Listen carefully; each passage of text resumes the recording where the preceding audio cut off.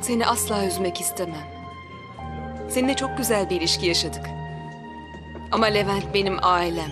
Onu üzemem. Barışmayı o kadar çok istiyor ki hayır diyemedim. Bunları telefonda da söyleyebilirdin.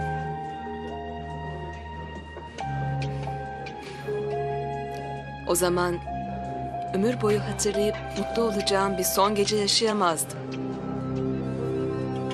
Siz şimdi bana benim asi torunla şu sarık doktor arasında neler dönüyor onu anlatın bakalım. Ne olabilir ki Azze nene? Yani sonuçta burası bir hastane. Yani Suat Bey de bizim şefimiz. Aşka inanan bir yazar ne demiş biliyor musun? İnsanlar ikiye ayrılır. Romantikler ve aptallar.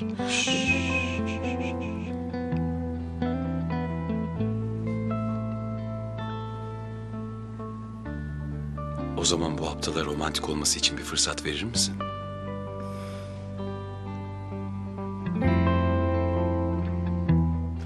Burada ne işin var? Ne yapmaya çalışıyorsun? Haldun Bey'le iş görüşmem var. Plastik cerrahide benim gibi bir doktora ihtiyacı varmış. Dalga geçiyorsun herhalde. Levent'le benle aynı hastanede çalışamazsın. Ela.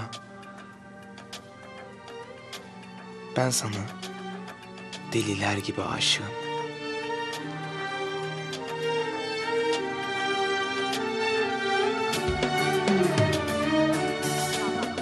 Şimdi ya benimle Muş'a gelirsin ya da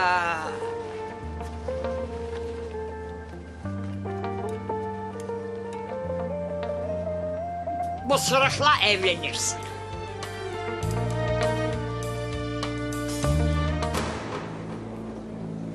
Bebeğin Bilge.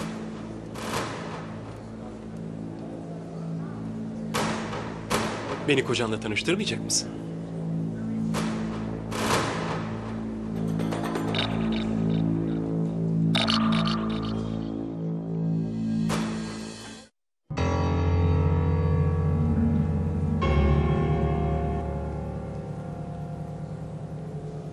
Serdar, Ankara'dan bir doktor arkadaşım. Çok memnun oldum. Sizinle tanışmayı hep istemiştim. ben de memnun oldum. Hastaneye Haldun Bey'le bir iş görüşmesi için gelmiştim ama... ne yazık ki görüşmem olumlu sonuçlanmadı. Üzüldüm. Yapabileceğim bir şey olursa mutlaka ara. Vaktiniz varsa bir şeyler içelim. Kusura bakma Serdar. Çok yorgunum. Başka bir zaman. Anlıyorum. Rahatsız ettim galiba. Asıl siz kusura bakmayın. Yok canım, ne rahatsızlığı.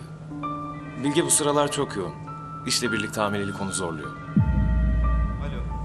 Buyurun Haldun. Tabii. Levent Bey, Haldun Bey çıkmadan ona uğramanızı istiyorum. Tamam. İzninizle. Çok memnun oldum. Ben de. Ben birazdan gelirim. Tamam.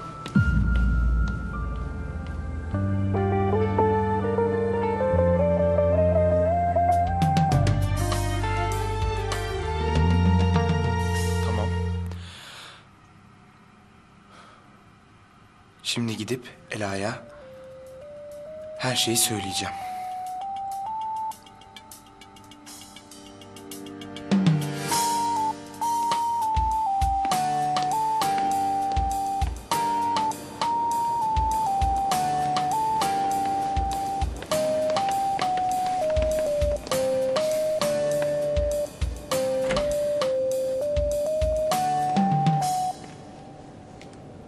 Ne yapıyorsun sen burada? Hasan'dan saklanıyordum. Ha, demek bizim korkak Nihayet sana her şeyi söyledi. Söylemedi, duydum. Bir dakika. Biliyordum ve bana söylemedin ha? Ay, nasıl söyleyecektim? Hem kusura bakma ama senin dışında herkes biliyordu zaten. Hadi ya. Ben nasıl anlamadım bunca zamandır? Ne yapacağım ben şimdi?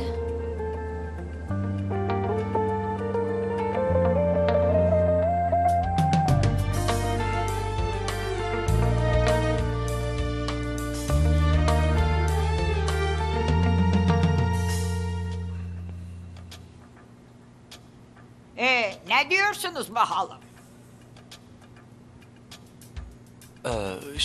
Ben inanın Zenen'e gerçekten çok değer veriyorum. O mükemmel biri. Hayatımda olması benim için... Oo, doktor bey ben anlamam öyle cafcaflı laflardan. Şimdi bana dosdoğru sen cevabını deyiver. Nine, beni utandırıyorsun. Hemen böyle bir tehditle evlenecek biri miyim? Biliyorsun ayrıca evlenmek falan da istemiyorum.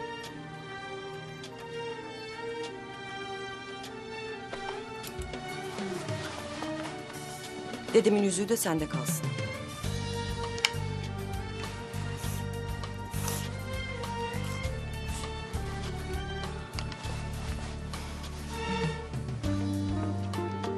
Güzel nineciğim.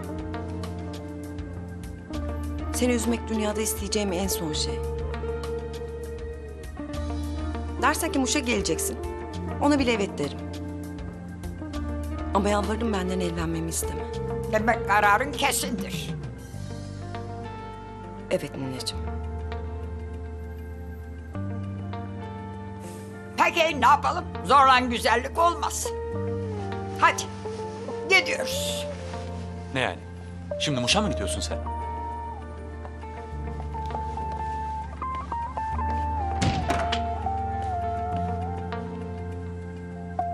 Bak oğlum, bu Zenon hep başının dikine gider.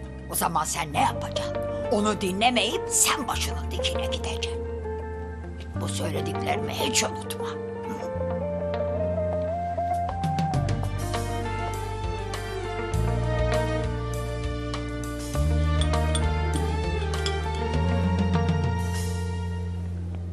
Bu hamilelik meselesi de ne?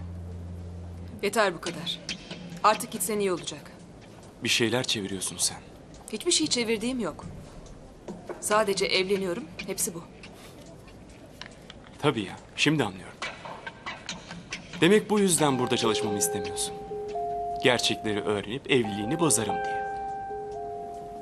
Saçmalıyorsun. Seni tanıyorum Bilge. Bana her şeyi anlatacaksın. Hamileyim ve evleniyorum. Söylenecek başka hiçbir şey yok. Hayır, var. Peki bebeğin babası kim? Levent tabii ki. Yalan söylüyorsun. Bebeğin babasının kim olduğunu bilemezsin. Ne de olsa aynı anda benimle de beraberdin.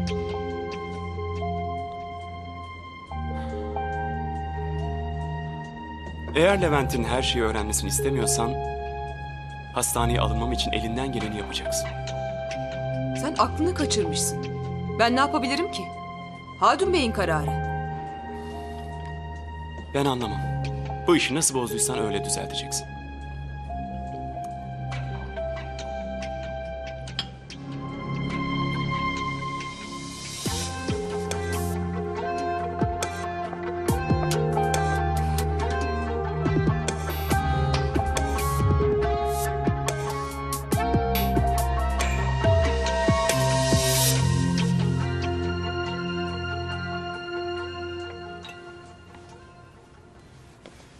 Bu planın işe yarayacağından emin misin?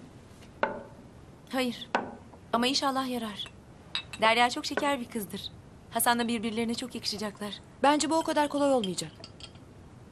Yani Hasan değil çok şeker bir kız. Paris Hilton gelse yine de seni unutmaz.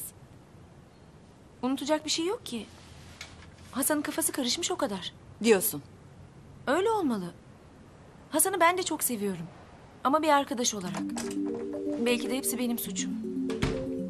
Aynı evde yaşadığımız için oldu her şey. Bilmiyorum. Başkası olsa şimdiye kadar çoktan evden göndermişti. Kimi evden gönderiyorsunuz bakalım? Beni olacak hali yok herhalde. İyi de ben yine ne yaptım? Kimse bir yere gitmiyor. Bu gece çok eğleneceğiz. Ve seni çok sevdiğim bir kız arkadaşımla tanıştıracağım. Kız mı?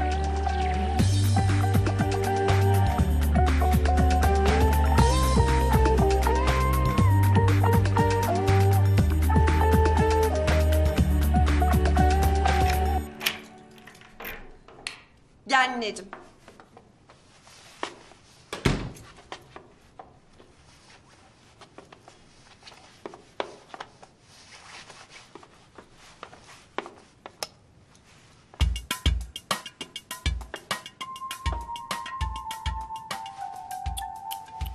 Bu evin halı ne böyle? Ya kaç gündür çok geç geliyorum. Evden de aceleyle çıkmıştım. Yoksa her zaman böyle değil. Tabii. Sen evlenme zaten. Daha kendine bakamıyorsun. Adama nasıl bakacaksın? Ne evlenmesin yine ya? O sırığın yanında demedim ama... Evlenmeyeceksen bu sevdanın sonu nedir? Babanlar öğrenirse ne der? Bize yakışır mı hiç? Böyle konuşma nene ya. Ben sizi üzecek bir şey yapmam. Bilmem mi güzel kuzum? Demem o ki bizde kadın bir kere sever. O da ahirete kadar devam eder. Şimdilerde zor bilirim ama biz böyle gördük. Buna inandık. Ben de inanıyorum ninem. Öyle de olacak. Ama evlenmek için daha erken değil mi? Ha benim deli kuzum ne erkeni. Senin akranların 3. bebelerini doğuruyor. Of Azze Hatun, seninle uğraşılmaz. Sen onu bunu bırak da bu güzel torununa kıyıp ta Muş'a götürecek misin onu söyle. Tabii götüreceğim. Hem de yarın. Ama ben seni vazgeçirmesini bilirim işte. Sen bırak. Öldüreceğim beni.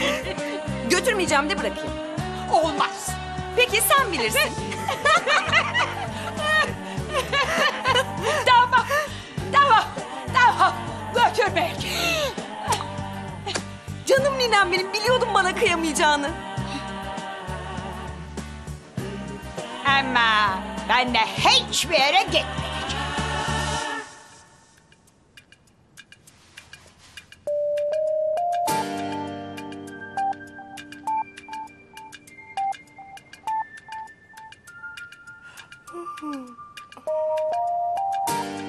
Hasan biliyor musun? Derya da tıpkı senin gibi enginar sevmiyor. Ya Evet, hiç sevmem. Yok artık. Bu da söylemez ki. Ne yapayım saatlerdir böyle oturuyoruz. Sen de biraz yardım etsen hiç fena olmayacak. Kader, seninle mutfağa... Ah, kapı. Ben hemen gidip bakayım.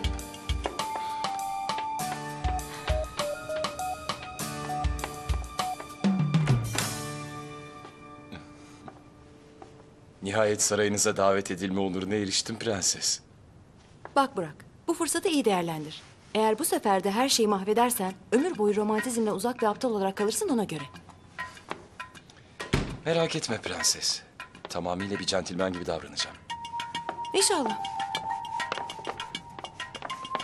Derya, adli tıpta işler nasıl? Yoğun. Vay, adli tıp ha? Bu arada ben Burak. Biliyor musun? Hasan da adli tıpçı olmak istiyordu ama yanlışlıkla cerrah oluvermiş. Ne var ya? Dediğin gibi ikisinin arasını yapmaya çalışıyorum. Gerçekten mi?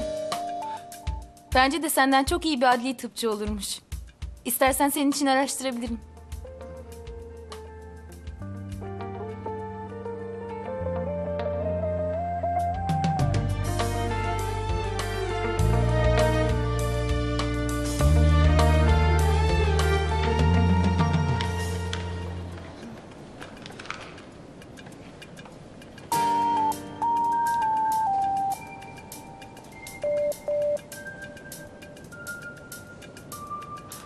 Ela, Ela bak. Dün gece seninle konuşmalıyız. Bak. Neyse, sonra konuşuruz.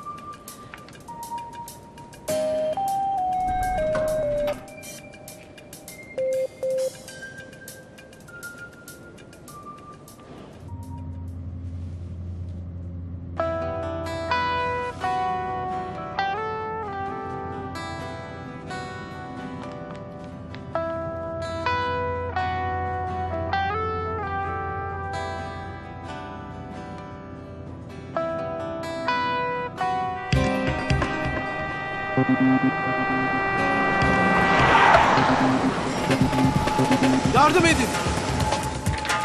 Hadi çabuk koş.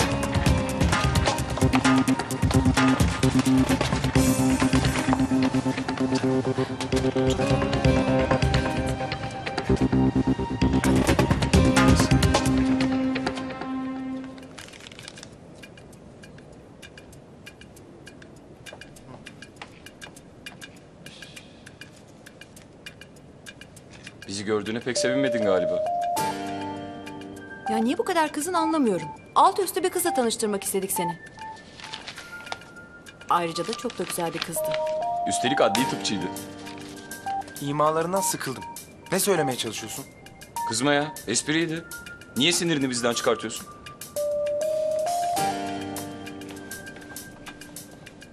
Senin centilmen olman gerekmiyor muydu? Hayır, daha çok bir şeytana benziyorsun da. Seni gören arkasına bakmadan kaçıyor. Lütfen prensesim, acıyın bana. Eğer herkese kibar olursam, bünyem bunu kaldırmayabilir.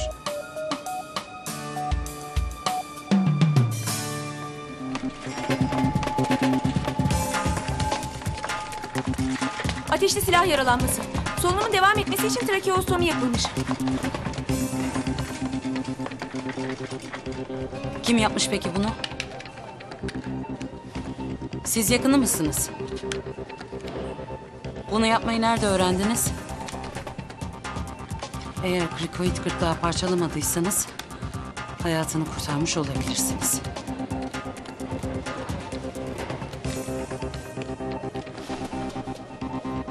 Şok geçiriyor olmalı. Onunla ilgilenin. Beyefendi sizi dışarı alalım. Kurşun nereden girmiş? Sağ posterior servikalden girmiş, sonra orta servikalden çıkmış. Hemen damar yolu açılsın. Daha sonra tetanos profilaksisi ve 1 gram IV seftriakson yapılsın.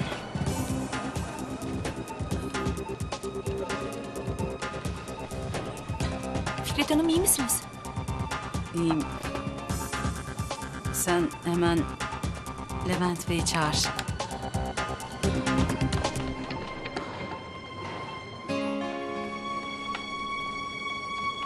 Zenan. Zenan. Dün gece sürekli seni aradım. Ama cevap vermedin. Ninem yanımdaydı. Hem sana merak etme demiştim. Zenan. Yine neler oluyor? Hiçbir şey olmuyor. Boşa gitmedim ve gitmeyeceğim. Her zamanki gibi yine hastanede iyi bir ameliyat bulup girmeye çalışıyorum. İyi. Hepsi bu kadar mı yani? İyi. Ne yapmamı istiyorsun?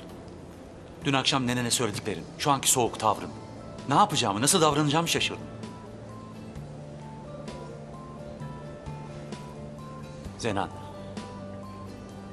Ben aileme, özellikle nineme yalan söyleyemem.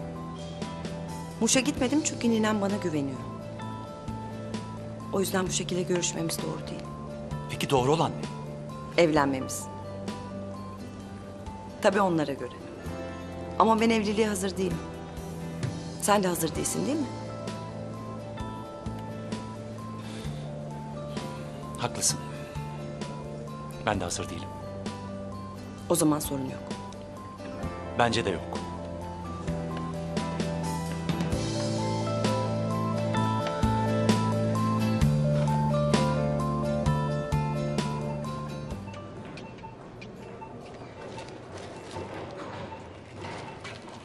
Nasıl yaralanmış? Bilinmiyor. Hasta yaralı olarak sokakta bulunup apar topar hastaneye getirilmiş. Hemen 250 miligram prednol yapın. O yaşayacak mı? Hastayı hastaneye getiren ve trakeostomi yaparak hayatını kurtaran beyefendi. Trakeostomi mi? Tehlikeli bir şey yapmışsınız. Allah'tan şanslıymışsınız. Onun hayatını kurtarmış olabilirsiniz. Bunu yapmayı nereden öğrendiniz? Ben veterinerlikte okudum. Yani yarısına kadar. Sonra bıraktım. Babam ölünce...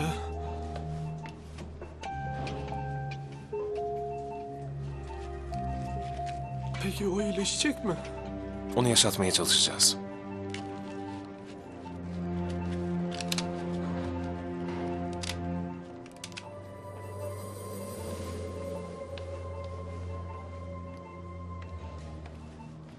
Güvenlik ifadesini aldım. Aldılar. Şimdi de polislerin gelmesini bekliyorlar. Hastanın üstünden kimlik çıkmamış. Ailesini bulmaya çalışıyorlar.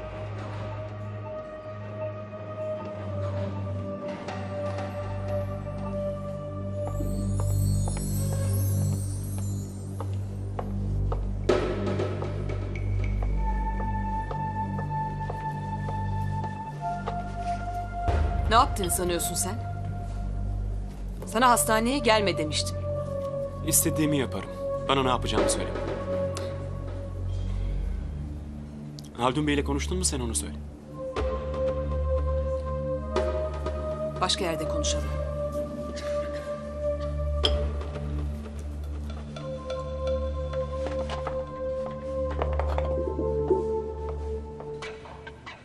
Selim Bey, 60 yaşında.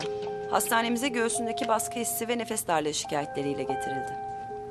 EKG'sine lateral devibrasyonlarda şüpheli, ST elevasyonu ve inferiorda resiprokal değişiklikler saptanması nedeniyle akut koroner sendromu düşünüldü. Kader Hanım. Yani kalp krizi geçiriyor. Kalp krizi mi? Meraklanma Melek Hanım. Önemli bir şey değildir. Daha önce de oldu biliyorsun. Önemli değildir değil mi doktor bey? Çok yakında anlayacağız. Siz sakin olmaya çalışın. Ne yapmamız lazım? Evet. Önce hastaya 300 miligram asetil salisilik asit vermeliyiz. Sonrasında kardiyak enzimlerini isteyip monitörize edelim. Sonuçlara göre de fibrinolitik tedavi düşünebiliriz. Tamam o zaman. Hasta sizin. Geçmiş olsun. Geçmiş olsun.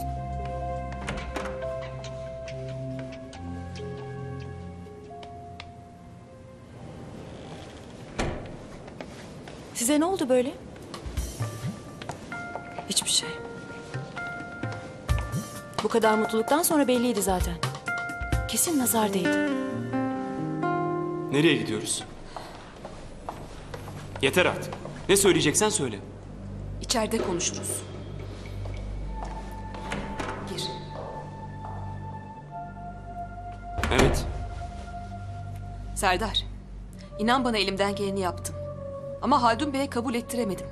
Yalan söylüyorsun. Hiçbir şey söylemedin, biliyorum. Konuştum diyorum, gerçekten. Ama Haldun Bey başka bir doktorla anlaşmış bile.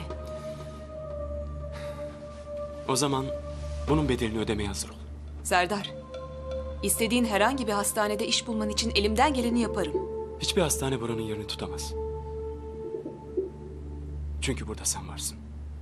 Serdar yapma. Bunun yürümeyeceğini ikimiz de biliyoruz. Bilge. Seni seviyorum. İş ya da başka bir şey umurumda mı sanıyorsun ha? Evet ama ben Levent'i seviyorum. Levent'i bu kadar çok seviyorsan neden benimle birlikte oldun? Çünkü onun hayatında başka biri olduğunu öğrenene kadar onu bu kadar çok sevdiğimi ben de bilmiyordum. Levent'in benim için ne demek olduğunu anlayamazsın. Öyle mi? O zaman bana yapacak tek bir şey bıraktın. Levent'e gidip her şeyi anlatacağım. Serdar böyle bir şey yapamazsın. Yapabilirim. Buna hakkım var. Ne de olsa bebeğin babası ben de olabilirim. Hayır Serdar, olamazsın. Bebek doğduğu zaman babasının kim olduğunu anlarız Bilge. Küçük bir test bunu anlamamıza yeter. O zamana kadar senden çok uzakta olmak istemiyorum. Eğer Levent'e her şeyi anlatmamı istemiyorsan hastanede yanında kalmamı sağla. Tamam. Haldun Bey'le bir kez daha konuşacağım. Çok bekleyemem ona göre. Peki.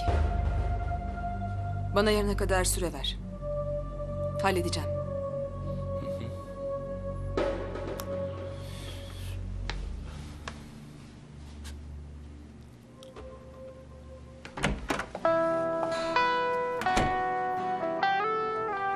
Hamile olmadığım yetmiyormuş gibi bir de bu çıktı başıma. Ne yapacağım ben şimdi?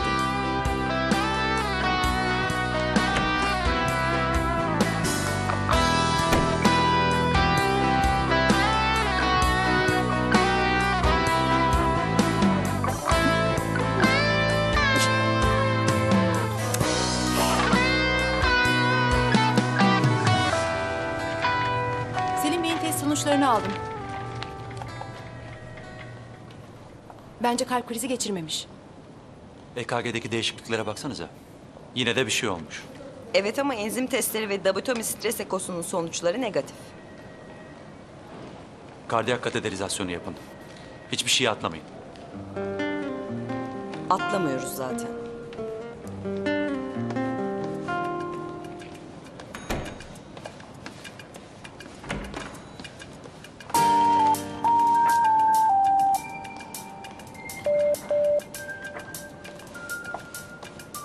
Bu filmleri götürmem lazım.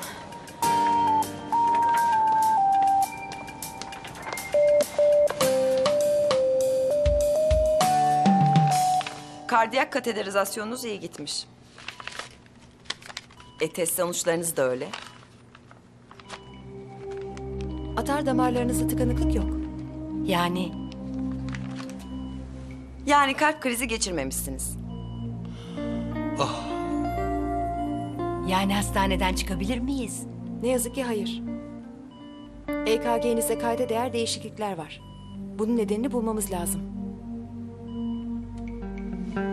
Selim Bey, keşke o yürüyüşe çıkmasaydık. Benim suçum. Siz hiç istememiştiniz zaten. Ama ben ısrar ettim. Hiç olur mu Melek Hanım? Biliyorsun, geçen sefer evde televizyon izlerken de olmuştu. Hı?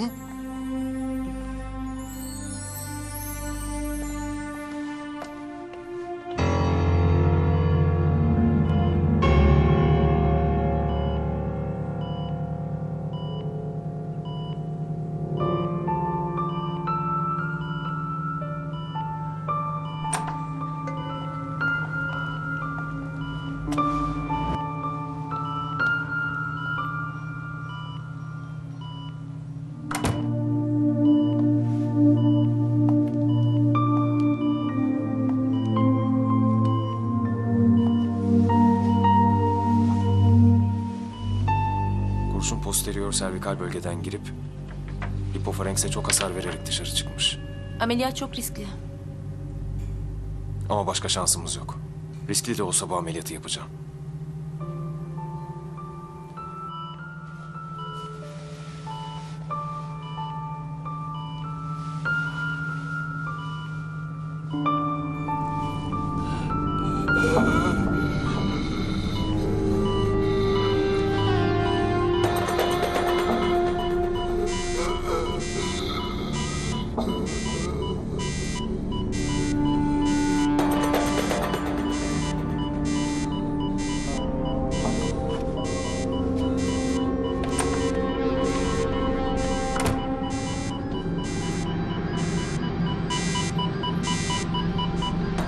Söyle ameliyathaneyi.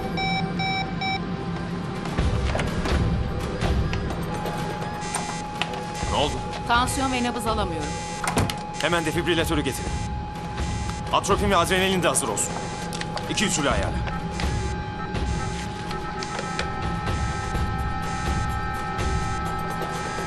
Çekilin. Hala nabız yok. 270 ayarla. Hazır. Çekilin.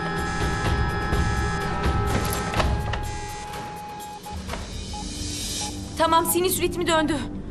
Hemen ameliyat alıyoruz.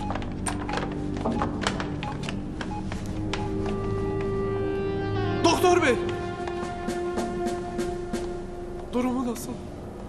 Ameliyatı alıyoruz. Yaşama şansı çok az ama ameliyat bu şansı arttırabilir.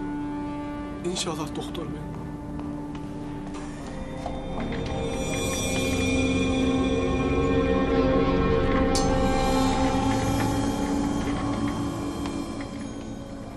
Polisler birazdan burada olurlar.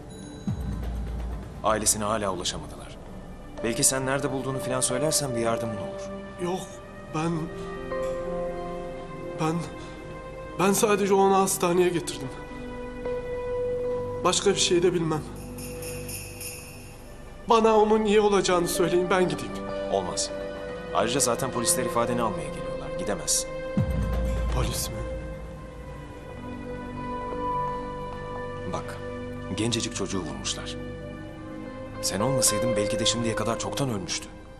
Olay yerinde gördüğün bir şey varsa polise yardımcı ol. Korkma. Ben... Levent Bey, ameliyathane hazır, sizi bekliyoruz. Polis gelene kadar hiçbir yere ayrılma.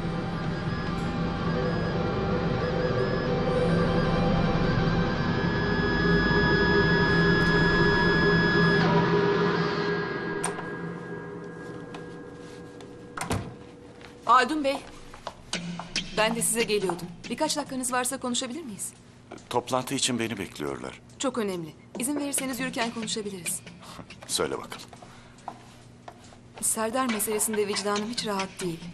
Size anlattığım şeyler tam olarak doğruluğu ispatlanmayan vakalardı. Olumsuz konuşmamam gerekirdi. İçin rahat olsun. Serdar'ın işe kabul edilmeme nedeni sen değilsin. Diğer adayın referansları çok daha iyiydi. Peki, yanlış anlamazsanız benim için bir kez daha düşünebilir misiniz? Niye bu kadar ısrar ediyorsun? Ne bileyim, sanırım hala vicdan azabı çekiyorum. Bu hamilelik, hormonlar beni çok duygusal yaptı. Haklısın. Ama yapabileceğim hiçbir şey yok. Anlıyorum. Yine de teşekkür ederim. Önemli değil.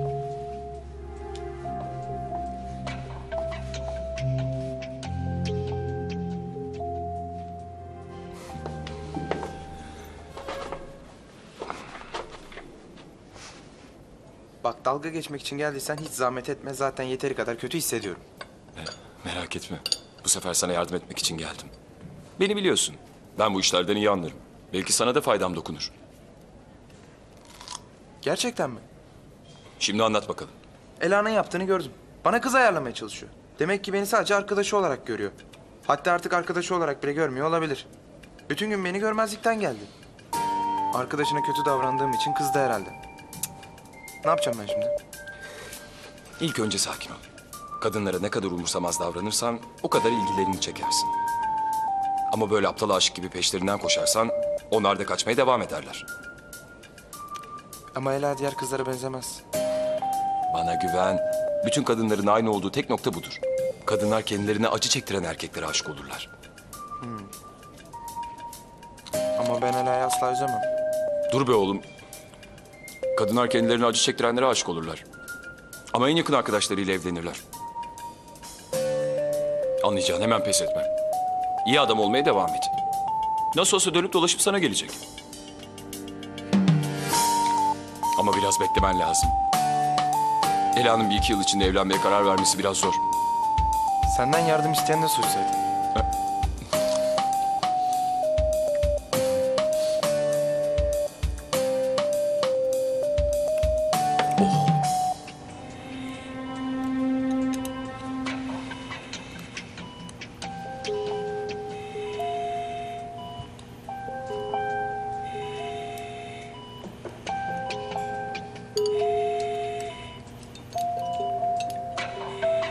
Onu getiren adamda bir gariplik var ama nedenini anlayamadım. Sanki bir şeylerden korkuyor. Ya da sakladığı bir şeyler var. Makas. Evet ama ne olabilir ki? Onu kurtarmak için insanüstü bir çaba sarf etmiş olması onu vurduğunu düşüneceğim. Onu vurmuş olsaydı buraya getirmezdi. Bence vuranı gördü ve söylemeye korkuyor.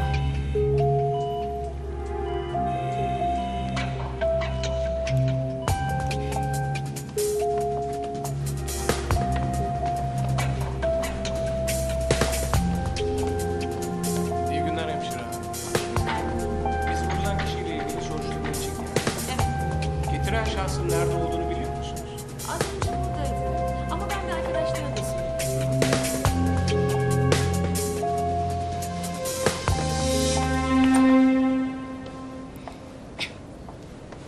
Fikret Hanım, Buyurun hocam. Levent'le Bilge için ufak bir davet veriyoruz. Nikahtan sonra seni de bekliyoruz. Teşekkür ederim hocam. Ama ben o davette olmayacağım. Bilge bu meseleyi bana anlattığında fazla önemsememiştim. Ama görüyorum ki sorun ciddi. Bilge Hanım'ın size neler anlattığını bilmiyorum. Ama benim onunla kişisel hiçbir sorunum yok. Olamaz da. Fikret, bugüne kadar senin uygunsuz tek bir davranışını bile görmedim. Ama Bu da uygunsuz değil hocam. İnanın. Çok yakında her şeyi anlayacaksınız. İzninizle.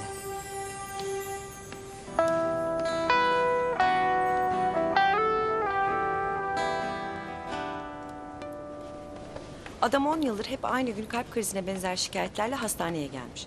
Dosyasına baksana. Sence bu garip değil mi? İyi de kardiyak kateterizasyonu gayet iyi. Koronerlerinde bir problem yok. Dolayısıyla EKG'sindeki değişikliklerin tek bir nedeni olabilir. O da stres. Nasıl yani? Yani o tarihte önemli bir şeyler oldu ve Selim Bey bunu unutamıyor. Bunu Suat Bey'e söylemen lazım. Sen söylesene. Yok artık. Selim Bey senin de hastan. Suat Bey'e sen söyleyebilirsin. Hem benim birkaç şey daha kontrol etmem lazım. İnandım sanma ama seni zorlamanın da bir anlamı yok biliyorum. Suat Bey. Bizim Selim Bey ile ilgili bir tahminimiz var.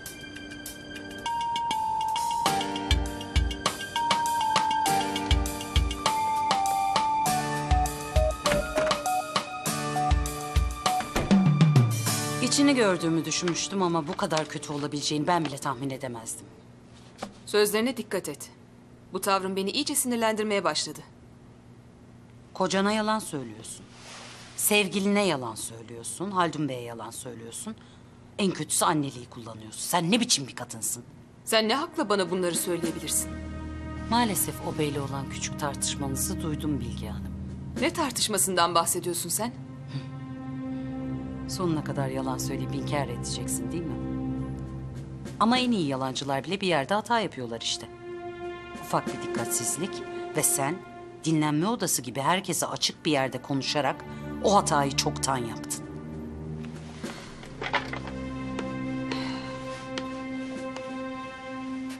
Bu iş seni ilgilendirmez. Ayrıca ben bir hata yapmış olabilirim. Ama sadece aşkım için. Bu daha da üzücü. Aşk gibi her şeyi güzelleştiren bir duygu sende tam tersine her şeyi çirkinleştiriyor. Ama bu da çok uzun sürmeyecek. Çünkü yakında bütün o söylediğin yalanlar ayağına dolanacak. Levent'e gidip her şeyi anlatmayacaksın değil mi? Yo, ben anlatmayacağım. Çünkü bu iğrenç yalanları gidip sen açıklayacaksın.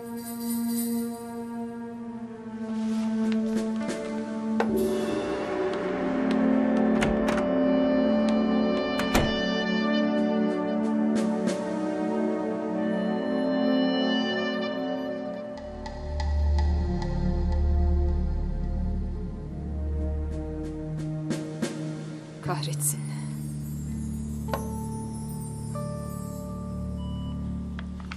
Selim Bey, testler ciddi bir probleminizin olmadığını gösteriyor.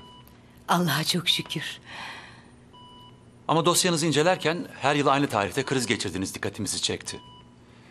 Bu nedenle bu krizlerin stres kaynaklı olabileceğini düşünüyoruz. Bu tarihlerde sizin için önemli bir şey oldu mu? Yok, bir şey olmadı. Sevdiğiniz birinin, bir yakınınızın ölümü. Yok. Kocamın fazla kimsesi yoktur. Peki ilk kez kalbiniz sıkıştığında ne yapıyordunuz? Hatırlayabiliyor musunuz? 10 yıl öncesini mi? Hatırlayamıyorum. Maalesef hafızam kalbimden daha kötü durumda. Ben hatırlıyorum. Çünkü kız kardeşim ölmüştü. Biz evde akşam yemeği yerken telefon gelmişti. Kardeşimin öldüğünü öğrenmiştim ki Selim Bey kriz geçirdi. Çok üzülmüş olmalısınız. Çok yakın mıydınız? Aslında pek yakın sayılmazdık. Evlendikten sonra sadece bayramlarda görüştük o kadar. Selim Bey pek rahat edemezdi yanında. Hatta pek sevmezdi bile denebilir. Neyse. Biz yine de önlemlerimizi alıp nedenini bir kez daha araştıracağız.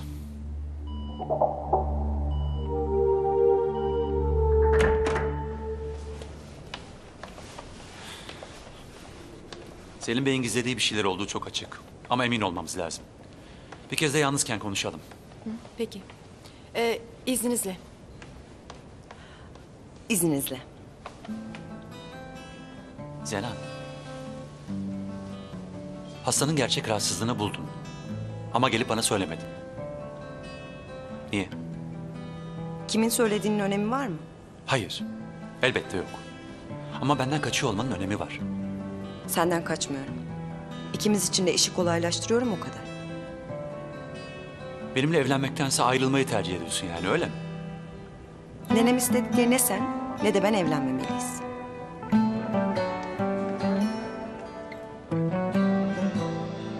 Hastanın durumu nedir? Hasta 24 yaşında. Birkaç saniyede bir hücum eden şiddetli tiklerinden dolayı güçsüz düşmüş. Tikleri için aldığı ilacın etkisiyle becerilerini kaybetmiş. Hareketlerinin zamanlamasını yapamamış. Ve döner kapı sert bir şekilde burnuna çarpmış.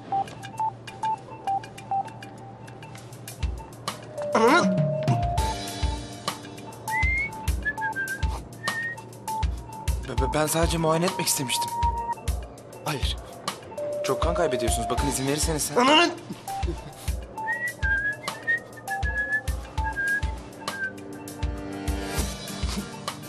Dokunmayın.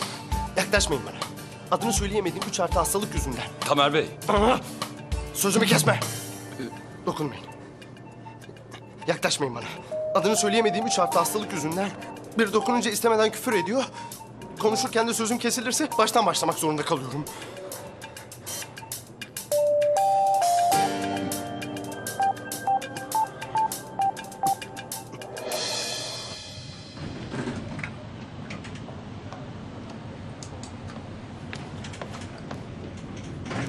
Hayatım, duydun mu?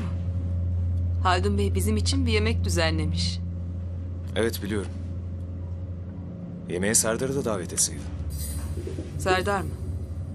Bu da nereden çıktı şimdi? Arkadaşın değil mi? Ayrıca dün gece adama çok kaba davrandın. Aslında arkadaş olduğumuz söylenemez. Biz Serdar'la sadece tanışıyoruz. Ne o? Yoksa kıskandın mı? Kıskanmak için sevginin olması gerekmez mi? İkimiz de olmadığını pekala biliyoruz.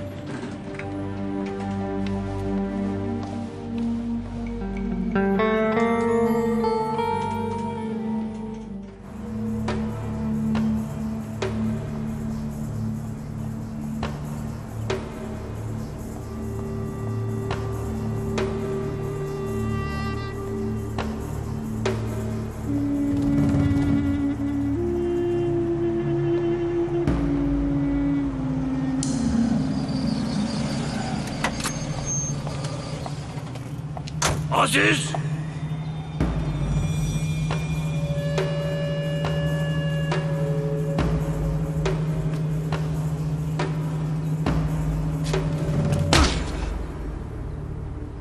Sen ne biçim bir evlatsın ha? Babanın kanını yerde nasıl bırakırsan? Başımızı öne eğmişsen, şerefimizi beşparlık etmişsen. Geri dön ve başladığın işi bitir. Amca, ne dersen kabulüm. Git kendini vur da vururum. Ama o dediğini yapamam. Yapamadım. Ben katil değilim. Yapacaksın. Babanı öldüren aileden intikamımızı alacaksın. Yoksa seni reddederik. Bizim Aziz gibi bir yeğenimiz yoktur derik. Babanın kanını almak da kardeşine düşer. Bunu yapma amca. O daha çok küçük. Küçüktür emme. Senden daha cesaretlidir.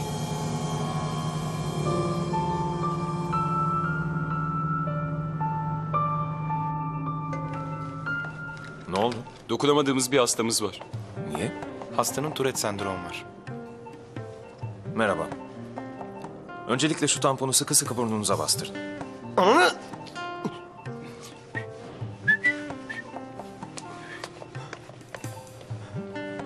Çok özür dilerim ya. Biri bana dokununca küfür etmeden duramıyorum işte. Önemli değil. İlaçlarınızı alıyor musunuz? Aslında çalışırken pek kullanmıyorum. Niye ki? Ne iş yapıyorsun? Bateristim. Size tuhaf gelecek belki ama bu hastalık beni doğaçlamalarıyla ünlü bir caz bateristi yaptı. Bu yüzden de ilaçlarımı çok kullanmıyorum yani. O aptal ilaçlar dengemi bozuyor. Düşünebiliyor musunuz? Döner kapının ortasında durup kaldım.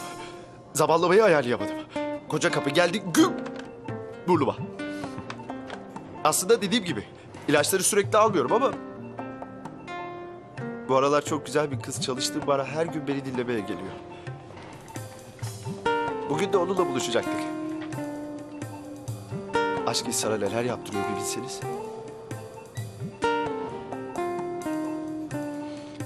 Bak senden daha kötü durumda olanlar da varmış.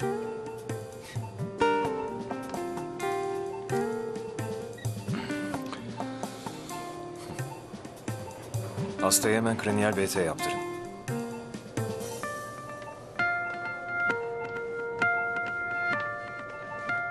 Bence Ela'ya yaklaşmaman çok isabetli olmuş. Yoksa Levent Bey sana öyle şeyler yapar ki döner kapının çarpmasını tercih edersin.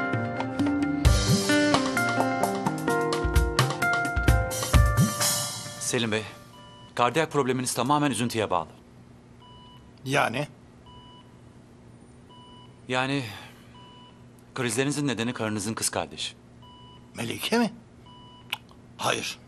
Selim Bey, bize gerçeği söyleyin. Çünkü hastalığınız konusunda emin olmamız lazım. Hayır. Yok öyle bir şey. Her yıl onun öldüğü gün üzüntüden adrenalininiz yükseliyor. Tansiyonunuz çıkıyor, kalbiniz sıkışıyor ve hastaneye geliyorsunuz. Karım. Bunu asla bilmemeli. Merak etmeyin. Hiçbir şey söylemeyiz.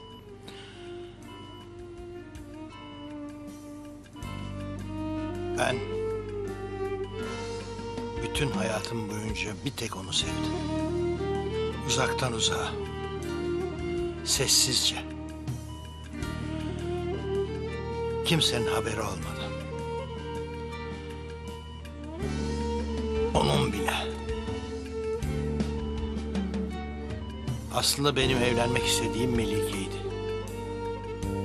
Askerde her saniyemi dönüp onunla evleneceğim anı hayal ederek geçirdim. Ama eve döndüğümde çok geç kalmıştım. Annem kararını çoktan verip ben askerdeyken ablasını istemişti bile.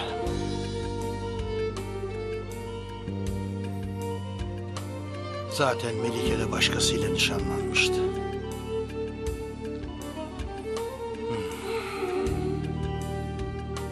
Ben de aşkımı kalbime gömüp Melek'le evlendim.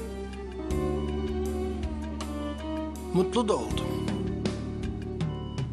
Bir günden bir güne kalbimi kırmadı. 2 güzel evlat verdi bana. Ama gelin görün ki bu kalp Melike'yi unutamadı işte.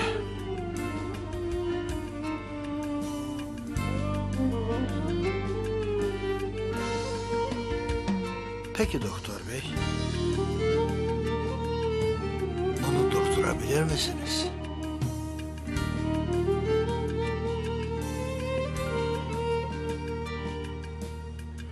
Yüreğimdeki bu acıyı geçirebilir misiniz?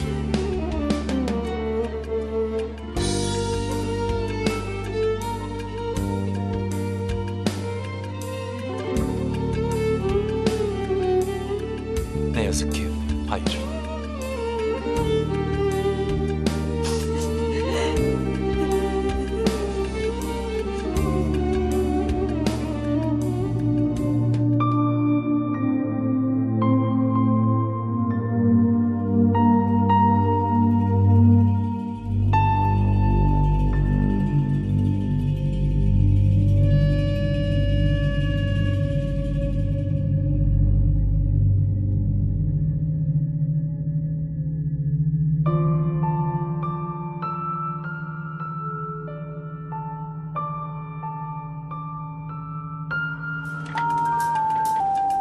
Kimse sana dokunamadığına göre kadınlarla gerçekten zorlanıyorsundur. Aslında evet. Ama kadınlar da dokunmak için çıldırmıyor doğrusu. En azından sahneden inince. Nasıl yani? Sahnedeyken kadınlar bana büyülenmiş gibi bakıyorlar. Ele belli davulu başında bir görseniz... Tabii sahneden inince bütün büyü bozuluyor. Benle birkaç dakika geçirmeleri yeterli. O yüzden çok bir şey kaybettiğim söylenemez yani. Selim Bey, istediğiniz zaman sizi taburcu edebiliriz.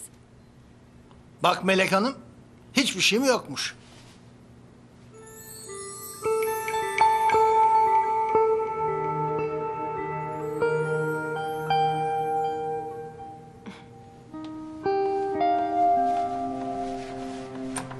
Melek, iyi misin?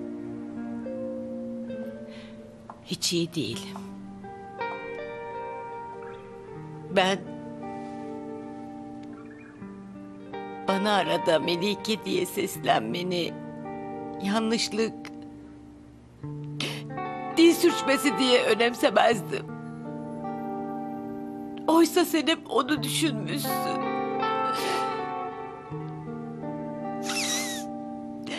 Bana her baktığında kardeşimi görmüşsün.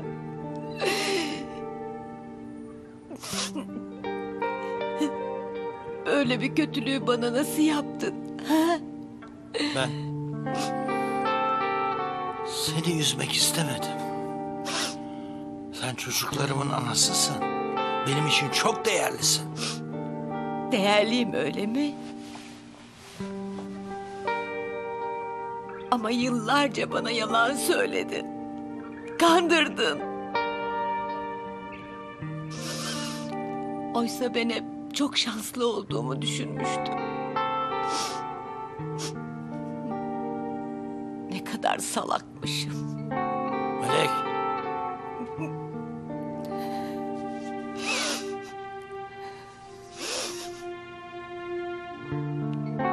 Seni asla affetmeyeceğim.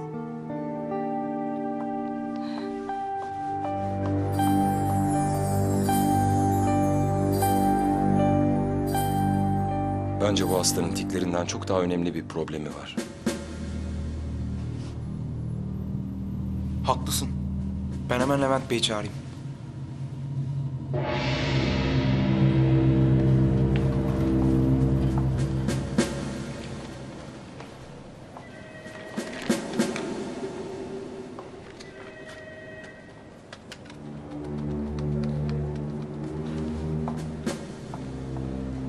Levent'e gidip hamile değilim dediğimde her şeyin eski haline döneceğini mi sanıyorsun? Hayır. O zaman bunu yapmamı niye bu kadar çok istiyorsun? Çünkü senden ve senin aptalca yalanlarınla insanları kandırmandan çok sıkıldım.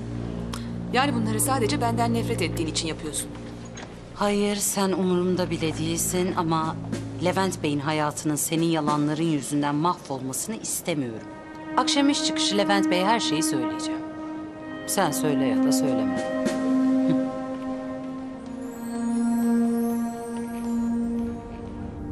Tahmin ettiğimiz gibi.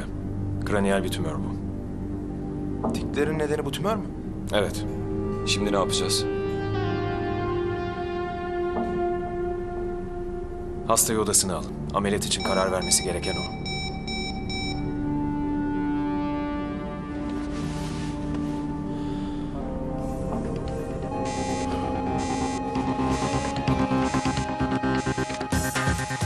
Nabız alamıyorum. Hasta tekrar ventriküler fibrilasyona girdi.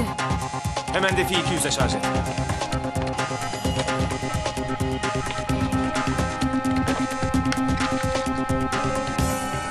Hazır. Hala aynı. 1 miligram adrenalin ve yarım atropin verin. Tamam. Defi 300'e getirin. Hazır. Çekilin. 360'a şarj et. Hazır. Tekrar şarj et. Hazır.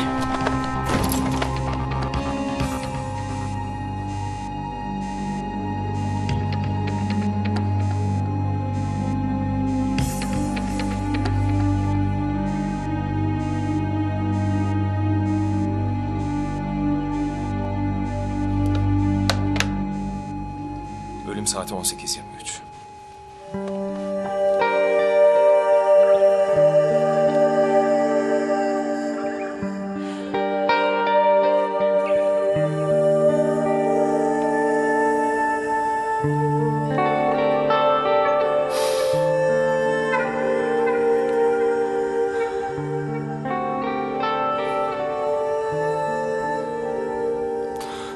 şey benim suçum. Sen onun hayatını kurtarmak için elinden geleni yaptın. Hatta fazlasını. Hayır! Onu ben öldürdüm. Ellerimle.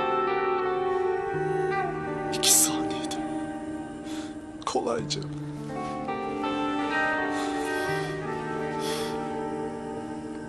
Sonra bana bir bakışı vardı. Öylece yerde yatarken.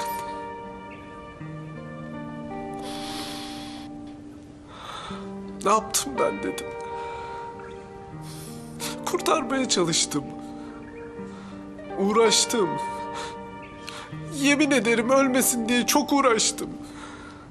Yani sen önce onu vurup sonra kurtarmaya çalıştın öyle mi?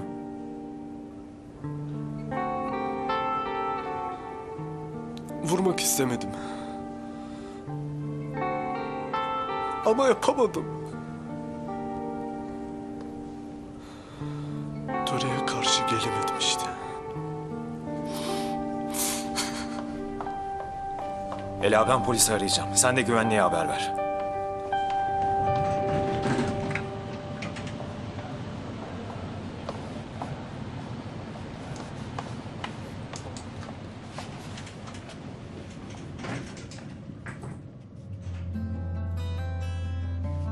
Buradan kaçacak yer yok maalesef. Umarım asansörde yan yana olmamızda bir sakınca yoktur. Senin için her şey bu kadar basit işte. Üzerinde espri yapabileceğin kadar basit. Ama ben o dalga geçtiğin geleneklerle gurur duyuyorum. O gelenekler benim için de değerli. Ben sadece senin yanında nasıl var olabileceğimi anlamaya çalışıyorum. Gerekirse savaşmaya da hazırım. Ne için savaşacaksın ki? Nenen ve tüm aileni ikna etmek için. Karşılarına geçip seninle yan yana durmak için. Bunun için her şeyi yaparım. Gerekirse seninle evlenirim.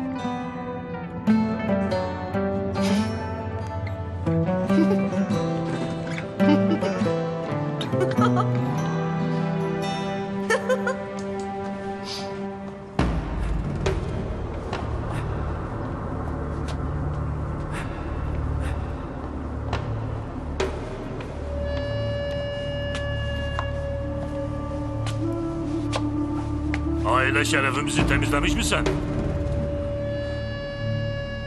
O öldü. Mutlu oldun mu ha? Pek gururlandığın şerefin kurtuldu mu ha? Kendine gel. Geç de olsa erkek gibi davranmışsan. Bize yakışanı yapmışsan. De haydi eve gidiyor. Benim ne evim ne de sizin gibi bir ailem var.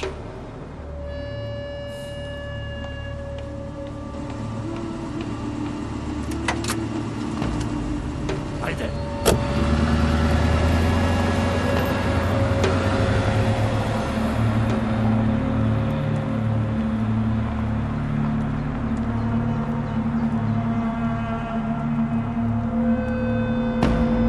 Aziz! Murat. Murat inan çok pişmanım. Biliyorum. Yaptığımın özrü yok. Ama ben abini kurtarmak istedim.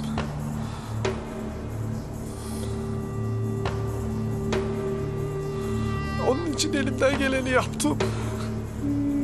Ama geç kaldım.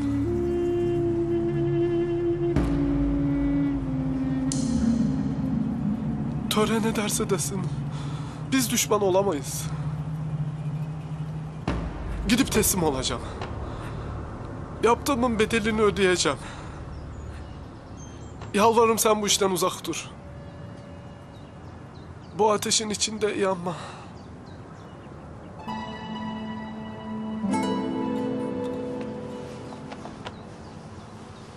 Belki bu kanı durdurabiliriz ha.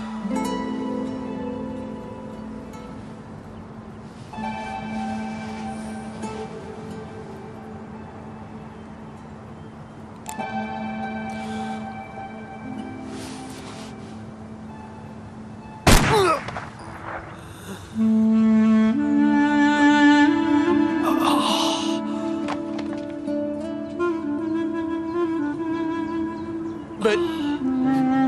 yemin ettim.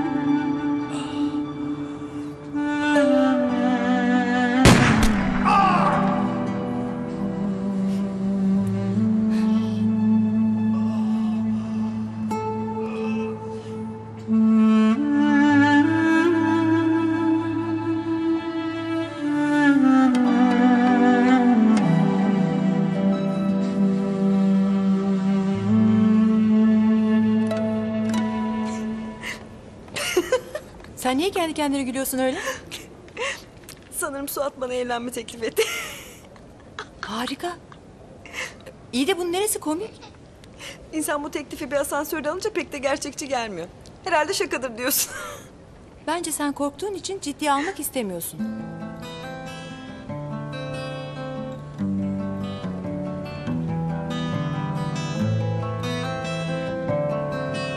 Beyninizde kraniyel tümör var. Tourette sendromuna da bu tümörün sebep olduğunu söyleyebilirim. Peki bu tümör tehlikeli mi? Hayır. Ama ameliyatla tümörü alıp hastalığınıza son verebilirim.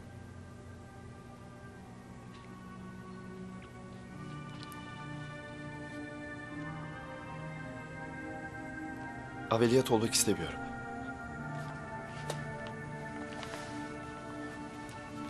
Yani tiklerinizle yaşamaya devam edeceksiniz. Bakın. Varsayalım adını söyleyemediğim o 3 harfli hastalığı yok ettiniz. Geriye ne kalacak? Görmüyor musunuz? Ben o hastalıktan oluşuyorum.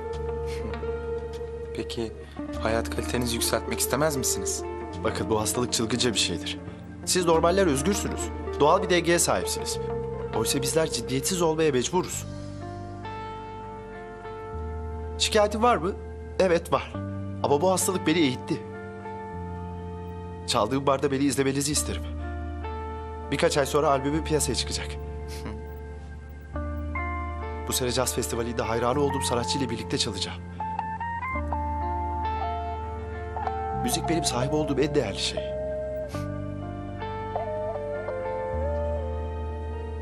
Eğer hastalığımı iyileştirirseniz onu benden almış olacaksınız. İyi de aşık olduğun kadına dokunmamayı nasıl tercih edeceksin? O verdiğiniz aptal ilacı çalışmadığım zamanlarda için döner kapılarda kendime daha çok dikkat edeceğim. Ama sahneye çıktığımda ne olacağını hesaplamayan, enerjik ve ilham dolu Tamer olarak kalacağım.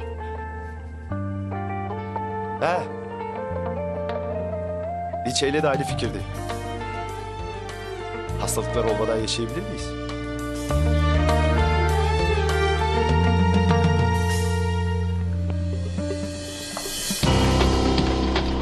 Aziz.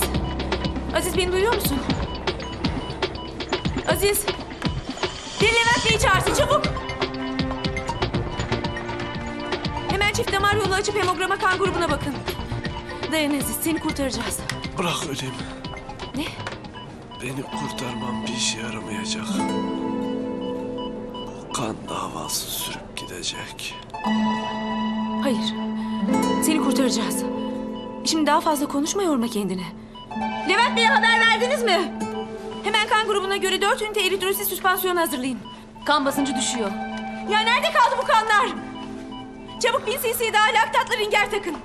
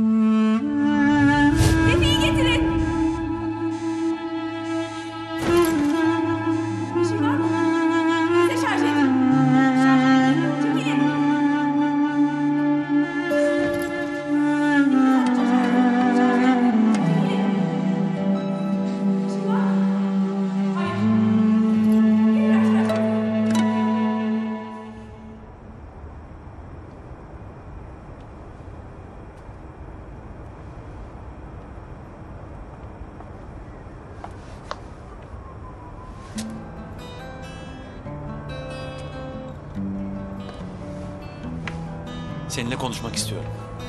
Ben eve gitmeliyim. Zaten konuşacak ne var ki?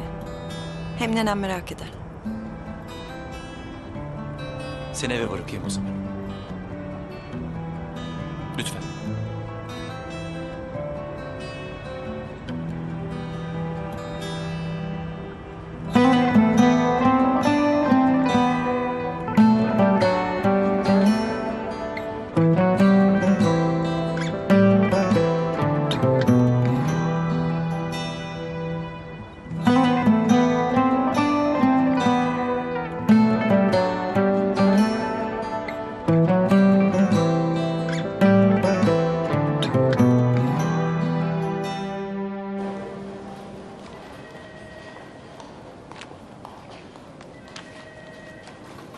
Levent Bey, bir şey sorabilir miyim?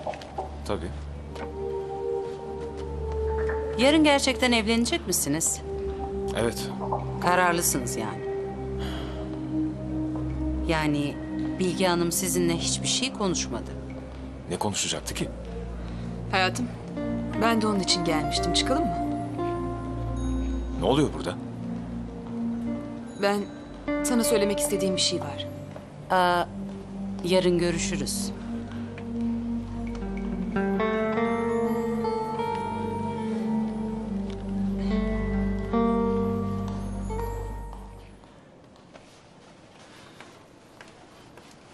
Ela.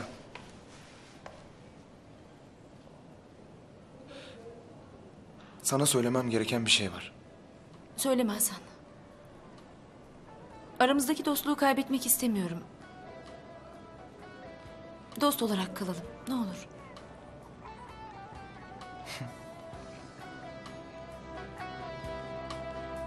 Sen biliyorsun yani.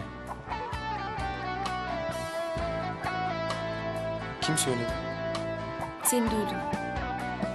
Dün gece burada. Kapıda yani. Seni duydum.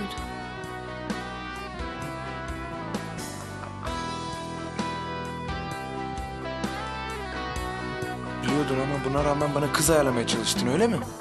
Hasan, ben sadece... Bu yaptığın şey çok... Ya ben seni üzmek istemedim. Özür dilerim. Sen çok iyisin gerçekten.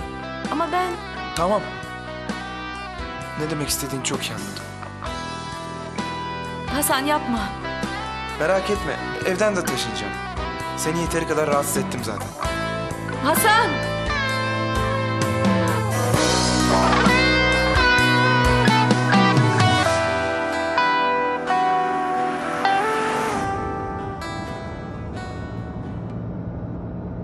Haklısın. Asansörde evlenme teklif etmek aptalcaydı. Ama sen sürekli benden kaçarken ne yapmamı bekliyorsun ki?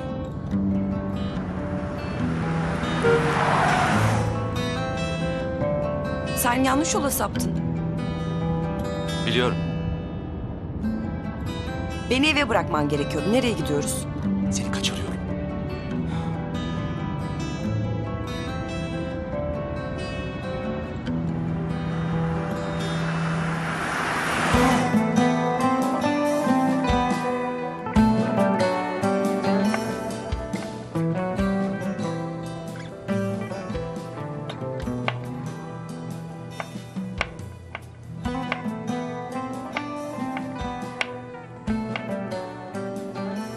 Evde sarı biber var mı?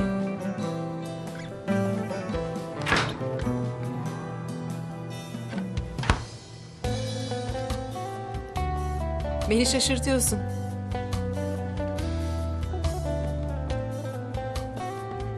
Seni daha çok şaşırtacağım prenses.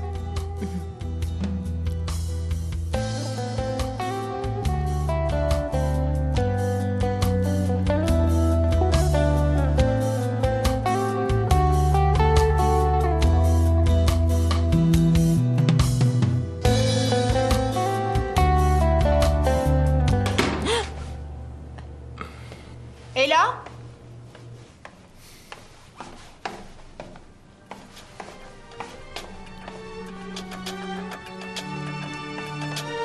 Allah Allah. Yine neler oluyor bu evde? Çok sağlam, çok.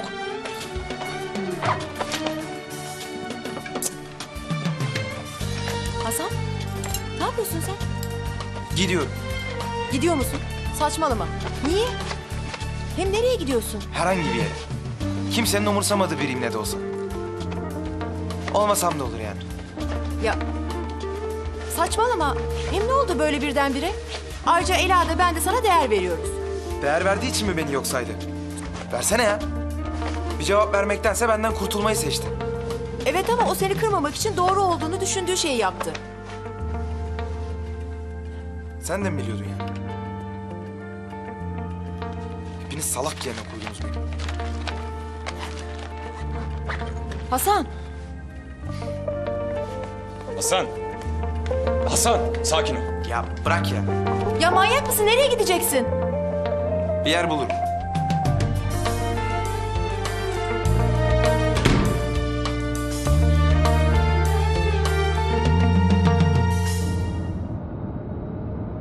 Nenem meraktan çıldıracak. Ben izin aldım, merak etme. Ne? İzin mi aldın? Sen ne yaptığını zannediyorsun ya? Emrivakilerden nefret ederim. Kontrolü elime almanın zamanı gelmişti.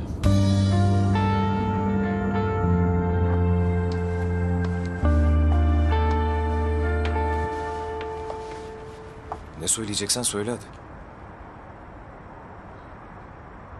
Seni ne kadar sevdiğimi bilmeni istiyorum. Seni o kadar çok seviyorum ki.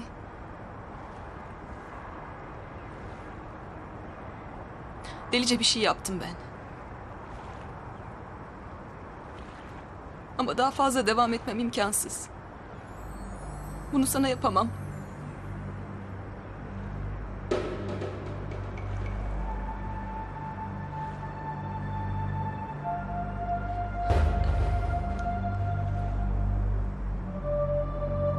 Ben hamile değilim Levent. Sana yalan söyledim. Sen ne söylediğinin farkında mısın? Ben çok özür dilerim. Seni kaybetmemek için yaptım. Yani her şey koca bir yalandı, öyle mi? Çaresizdim. Seni kaybediyordum.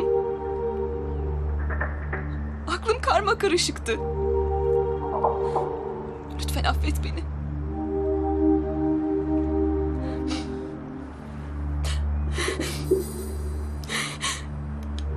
Bu yaptığım korkunç biliyorum. Ama ne olur beni anla. Sana deli gibi aşığım.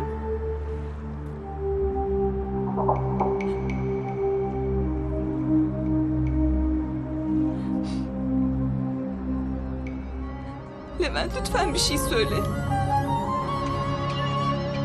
Sana söyleyecek hiçbir şeyim yok. Hiçbir şey.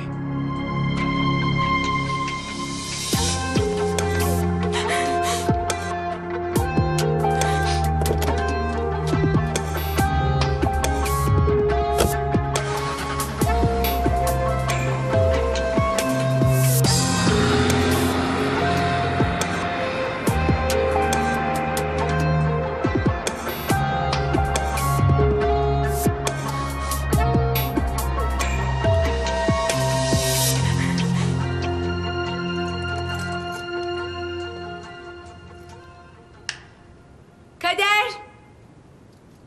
Hasan!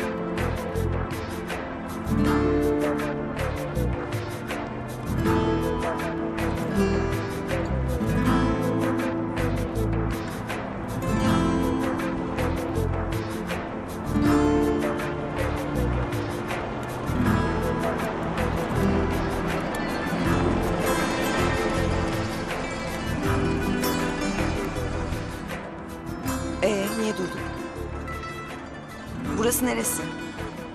Burası benim evim. Ve seni ailemle tanıştıracağım. Ne?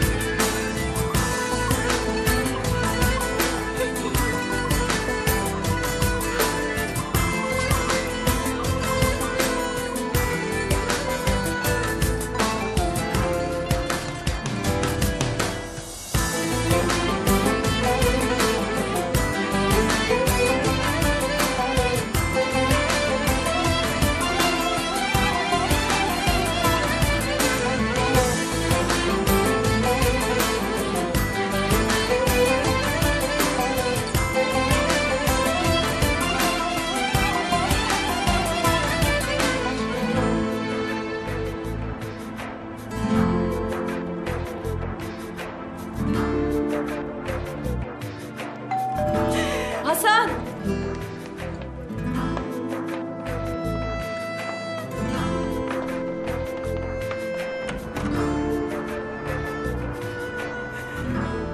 Ela, ne oldu sana?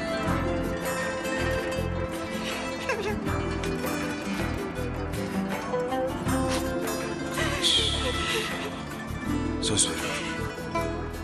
Bundan sonra asla ağlamayacaksın. Buna izin vermeyeceğim.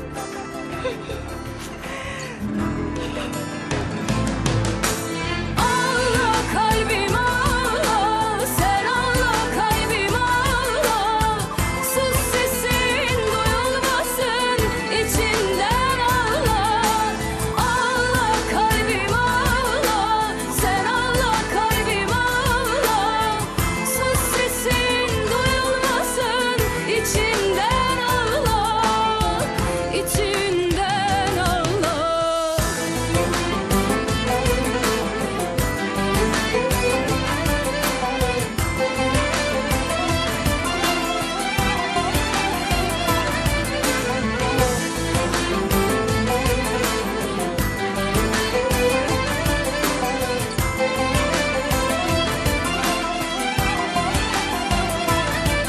Kalbim söyle, ne oldu bize? Nasıl ihanet etti sözümüze? Ah kalbim sevme, iyi gelmez bize. Biraz çeksek bile çıkarız biz düze. Onu bir daha görmeyi inan istemesin. Sana da acı verir bu son halleri.